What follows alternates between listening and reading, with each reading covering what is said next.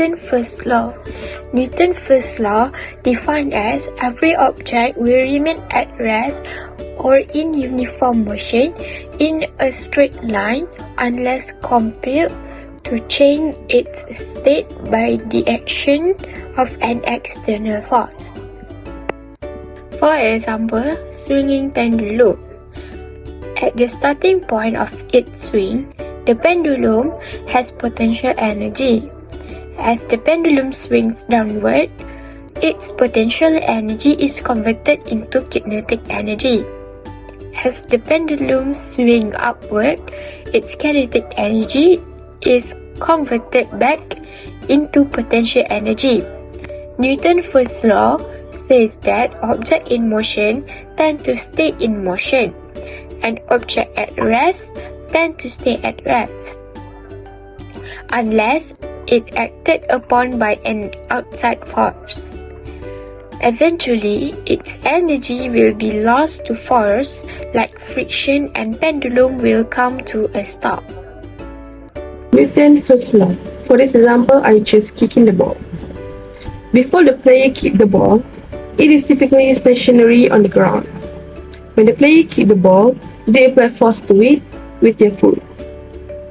Based on Newton's first law, the ball will remain at rest unless a force acts on it.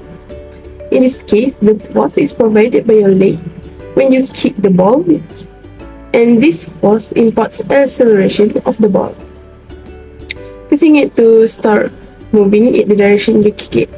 The initial force you apply determines the initial speed and direction of the ball. For the definition of the Newton's second law, the acceleration of an object is directly related to the net force and inversely related to its mass. Acceleration of an object depends on two things, which is force and mass. Newton's second law of motion's example is kicking a ball. Kicking a ball requires force, and the ball will accelerate in the direction of the force applied. Acceleration of the ball depends on the mass and the magnitude of the force exerted. Therefore, a stronger kick will produce stronger force, which will result to a greater acceleration of the ball.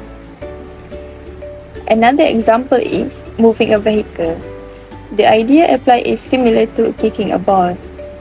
The car will accelerate in the direction of the force applied. The mass also plays a role in how quickly the car accelerates and how much force needed for it to move. Acceleration of the car depends on the force applied. Stronger force applied in the gas pedal, greater acceleration will be produced.